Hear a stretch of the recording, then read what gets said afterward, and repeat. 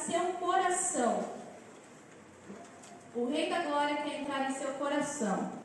Atos 17, 24 diz o seguinte: Deus que fez o mundo e tudo que nele existe é o Senhor do céu e da terra, e não mora em templos feitos por seres humanos. Então agora, já lá no Novo Testamento, a partir de Jesus, existe uma outra realidade. A partir de Jesus, a casa de Deus mudou de endereço. Ele já não habita em templos feitos por mãos humanas. Ele já não habita em construções. Ele habita em mim e em você. É como se alguém chegasse e disse: aonde Deus mora? Ah, na rua Letícia, número tal. Nós viramos o endereço da casa do Senhor. Você consegue entender que poder há nisso? A própria presença gloriosa de Deus habita em nós. Deus escolheu morar em nós e não em templos construídos de mãos humanas. Só que, infelizmente, muitos de nós acabamos fazendo de Jesus aquele que deveria ser o morador principal da nossa casa, aquele que deveria ocupar todos os espaços. Nós tornamos ele como um visitante esporádico, alguém que não tem acesso 100% como morador. A Bíblia vai falar lá no texto de Apocalipse 3:20 o seguinte: escutem, eu estou à porta e bato. Se alguém ouvir a minha voz e abrir a porta, eu entrarei na sua casa e nós jantaremos juntos. Você pode pensar assim: esse texto é um texto que os pastores usam quando alguém está para se converter, né? Ele chega e diz: Apocalipse 3:20 diz que Deus está batendo a porta do seu coração, você vai abrir para ele entrar? Sim, é um texto que nós usamos também, mas se você for ver o contexto, essa é uma fala de Jesus para uma igreja. Jesus chegava para cristãos, para filhos de Deus, e diz: ei, estou à porta e bato. Se você abrir a porta, eu vou entrar e vou jantar com você. Por que Jesus tinha que bater na porta? Ele não era o dono daquela casa?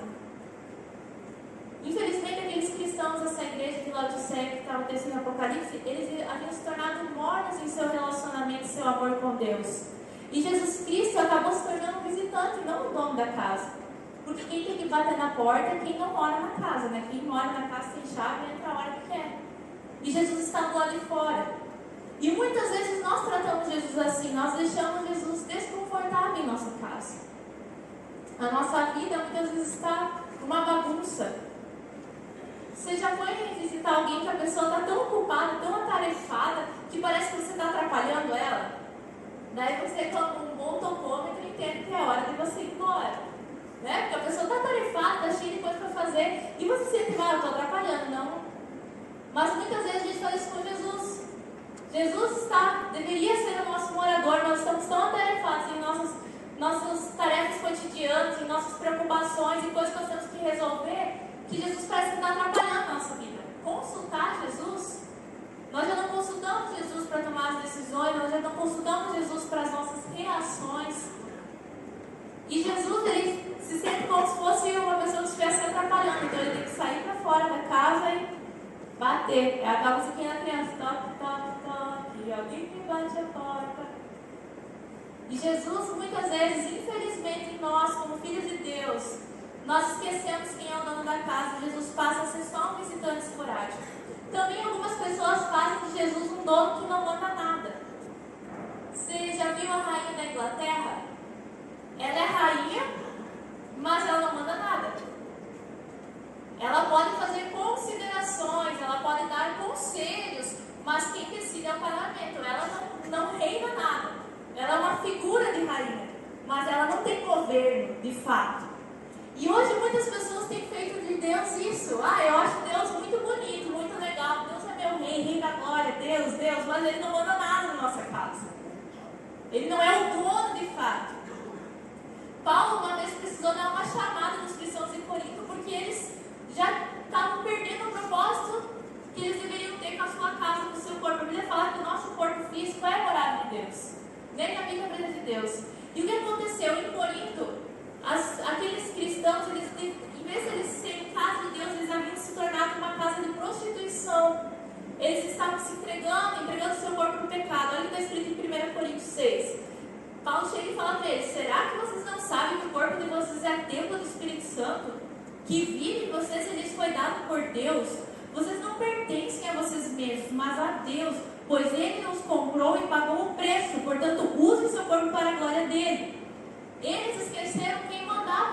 lugar. Eles tiraram Jesus da posição de rei. Eles tiraram Jesus do trono e haviam colocado seus desejos no lugar de Jesus.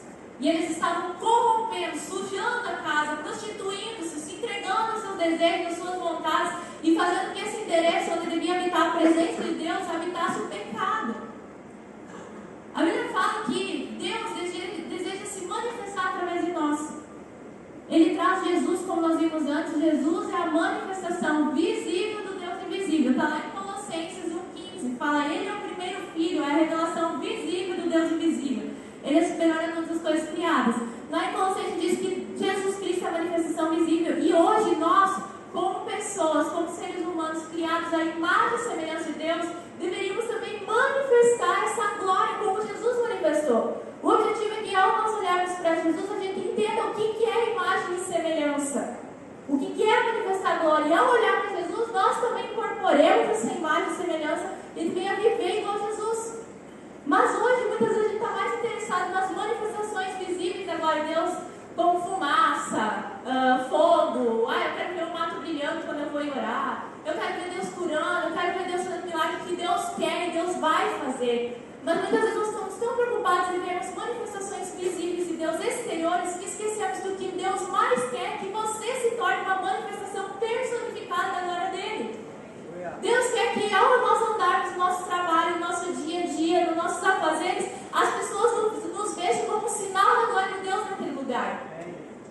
Como se fosse aquela nuvem que apareceu no Antigo Testamento, como se fosse aquele fogo queimando naquela sarça ardente, como se fosse aquele vento, como se fosse aquele silêncio. Todas as manifestações que a Bíblia mostra que Deus se manifestou são chamadas de teofanias, manifestações visíveis da glória de Deus. Hoje, mais do que ocupar uma nuvem, ou mostrar um fogo, ou mostrar uma fumaça, Deus quer usar você como sinal da glória dele. É muito mais profundo o desejo de Deus.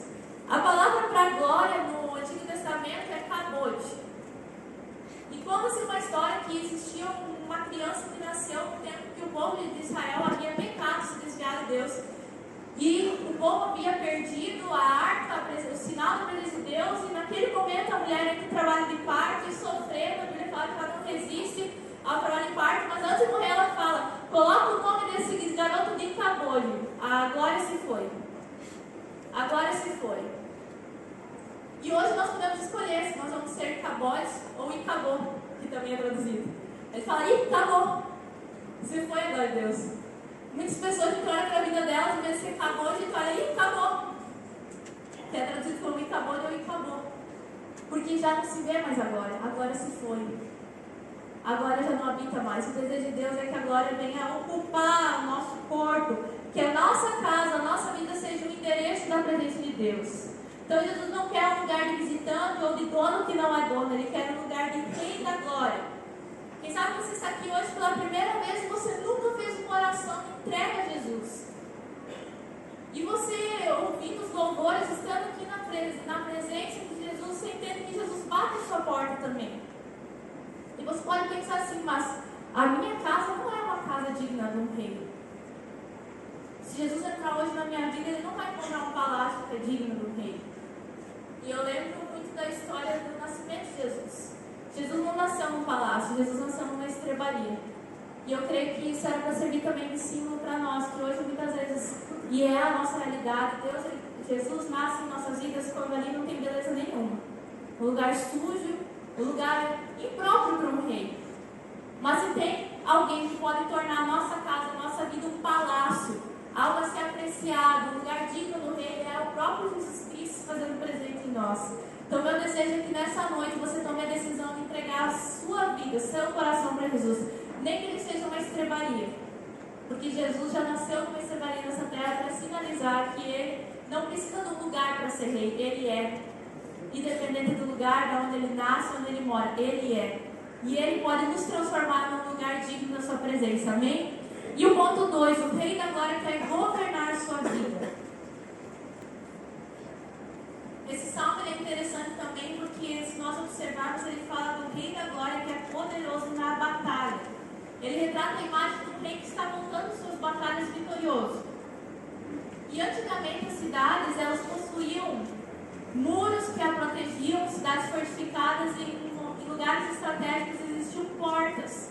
Eram portas grandes, fortes, colocadas naquele local para proteger a cidade. Quando a cidade, aquele povo estava em tempos de paz, aquelas portas ficavam abertas.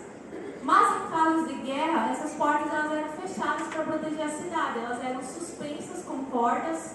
E na hora que o povo entrasse em guerra e o povo estivesse perdendo ou alguma coisa acontecendo, para proteger a cidade, eles cortavam aquelas cordas e rapidamente a porta caía e se fechava, protegendo a cidade. Então ela era utilizada como meio de se proteger. Mas às vezes um reino decidia, por diversos motivos, tomar uma cidade e governar ela. Então o rei que estava vencendo a batalha de um povo que não era o povo que morava naquela cidade, ele decide que ele vai tomar aquela cidade para si.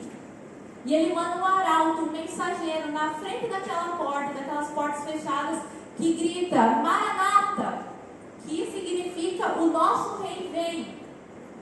E aquele arauto, aquele mensageiro fala: ó, o rei está chegando, nosso rei está chegando, e ele quer entrar aí, ele quer governar aí. E daí aquele povo tinha duas opções: ou eles fechavam as portas e guerreavam contra aquele rei que estava chegando, ou eles levantavam as suas portas, abrindo-se para o rei e sujeitando-se ao governo desse rei. Na nossa vida hoje é assim. Nós somos muitas vezes uma cidade fortificada com nossas defesas, nossos muros fechados.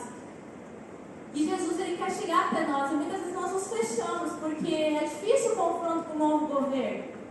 Eu vou me submeter a esse rei que vai mudar meus princípios, meus valores, que vai exigir mudança da minha vida. Como é que eu vou fazer isso? E hoje a gente ouve mensageiros como nesse salmo: ei, abre-se as portas, porque o rei está chegando, Maranata, você vai abrir essa porta, você vai se dispor a esse novo governo. Só que a diferença é que o nosso rei Jesus, o nosso rei da glória, ele não vem para nos causar mal, para nos tornar escravos, obrigados a uma vida de tristeza e pesar. Muito pelo contrário, ele vem porque ele nos ama, e o seu governo é um governo de amor para nos tornar melhores, fortalecidos, para nos trazer provisão. E refletindo sobre essa história, nós podemos entender que o nosso coração, todos nós temos um trono em nosso coração, e nós decidimos quem vai ocupar ele. E a Bíblia conta do povo de Israel no Antigo Testamento que esse povo, o povo de Israel, era o único povo que não tinha rei humano. O próprio rei, o Pai, o Senhor, era o rei deles. E eles desejam ter um rei. Olha o que está escrito em Samuel. Então todos os líderes de Israel se reuniram e foram falar com Samuel, que era o profeta da época, em Ramá. Eles disseram: olha, você está ficando velho, seus filhos não seguem seu exemplo. Por isso queremos que nos arranje um rei para nos governar, como acontece nos outros países. Samuel não gostou do pedido deles, então orou a Deus, o Senhor, e ele respondeu assim. Deus respondeu para Samuel: atenda o pedido do povo. Não é só você que eles rejeitaram a mim como rei. Desde que eu trouxe do Egito, eles sempre me têm abandonado e têm adorado outros deuses. Agora estão fazendo com você o que sempre fizeram comigo. Portanto, atenda o pedido deles, mas avise essa gente, explicando com toda clareza como o rei vai tratá-los. Aquele povo, então, desejava um rei humano. Eles queriam ser igual aos outros povos. E Deus diz: beleza, vamos atender o desejo desse povo. E Deus diz: avisa eles que eles vão ter que pagar impostos, que eles vão entregar seus filhos para a guerra, que parte das suas colheitas serão destinadas ao rei, que eles terão que se submeter, coisa que comigo não era assim. O meu reinado era para promover a paz com eles, promover a prosperidade deles, mas como o rei humano, eles estão sujeitos à humanidade desse rei, às fraquezas desse rei, à carnalidade desse rei, ao desejo de poder desse rei. E Deus avisou o povo, e o povo insistiu que queria. Deus respondeu o desejo deles, e tudo que Deus falou que iria acontecer, aconteceu. E o povo então se abalou. E ele sofreu na mão de reis perversos, pecaminosos, reis igual aos outros povos. Então Deus começa a anunciar através dos profetas que viria no tempo um rei da glória, que teria um reino de justiça, que seria um rei que amaria o seu povo, que seria um rei que se entregaria para o seu povo, que seria um rei que mudaria a realidade deles. E ele começa a anunciar através dos profetas a chegada de Jesus. E hoje nós vemos a história de Jesus, que chegou à terra, veio como rei, mas infelizmente que quando Jesus veio, a Bíblia fala que o próprio povo dele não o reconheceu como rei. Porque eles esperavam que Jesus viesse ser um libertador político. Eles esperavam que Jesus viesse libertar eles dos impostos, que viesse fazer eles um povo supremo acima de outros. Eles não entenderam que o reino que Jesus estava trazendo, que a propósito de Deus era um reino espiritual. Jesus não estava vindo para libertar eles dos impostos, Jesus estava vindo para libertar eles dos pecados. Era algo muito mais profundo que o que está nessa terra. Era algo que só Ele poderia resolver, que sem Jesus ninguém poderia resolver. E infelizmente nós observando a história de Israel, do povo de Deus, hoje nós vemos que nós às vezes repetimos os mesmos erros que esse povo. Muitas vezes nós queremos um rei igual aos outros povos. Nós queremos um rei que faça nossas vontades, um rei que seja um rei de aparência, um rei só de pose, um rei igual aos domínios desse mundo que não te impede de fazer o que você quer, que é pecado, um rei que não se importa de fato com sua salvação, não quer o rei Jesus. Muitos sofrem na mão desses outros reis. Quem que é o rei que pode reinar na nossa vida que não é Jesus? Rei é todo aquele que ocupa o trono, que governa. É aquela pessoa, aquela coisa que nos guia em nossas decisões. Hoje, muitas vezes, nós fazemos os nossos desejos, o nosso rei. Nós colocamos no lugar de Jesus os nossos desejos, as nossas vontades, que muitas vezes são contrárias à palavra de Deus. E essas vontades e esses desejos humanos contrários à palavra de Deus vão nos levar ao caminho de escravidão e nós iremos sofrer na mão desses reis, igual aos outros povos, igual a pessoas que não têm Cristo. E hoje muitos esperam que Jesus atenda seus anseios, que o reino que Jesus promova na vida dela seja o seu próprio reino, não de Jesus. Mas quando nós estudamos e estamos aprendendo essa série sobre o Rei da Glória, nós vamos entender que o que Jesus está vindo propor é um novo governo sobre nós. Um governo que vai nos libertar de nossas culpas, que vai nos libertar da prisão dos nossos pecados, que vai nos libertar da derrota constante, que vai nos levar a um outro nível. É o Rei da Glória que deseja habitar em nosso coração. E cabe a nós tomarmos a nossa decisão se nós vamos deixar que esse Rei entre em nosso coração e que esse Rei governe de fato o nosso coração. Conclusão. Abra as portas de sua vida para Jesus e permita que Ele governe como o Rei da Glória. Hoje nós temos essa decisão de fazermos Jesus aquele que vai reinar ou não em nossas vidas. Ele não veio para trazer um reino político, Ele não veio para trazer um reino da aparência, Ele veio trazer um reino de mudança. E hoje nós temos essa decisão a fazer.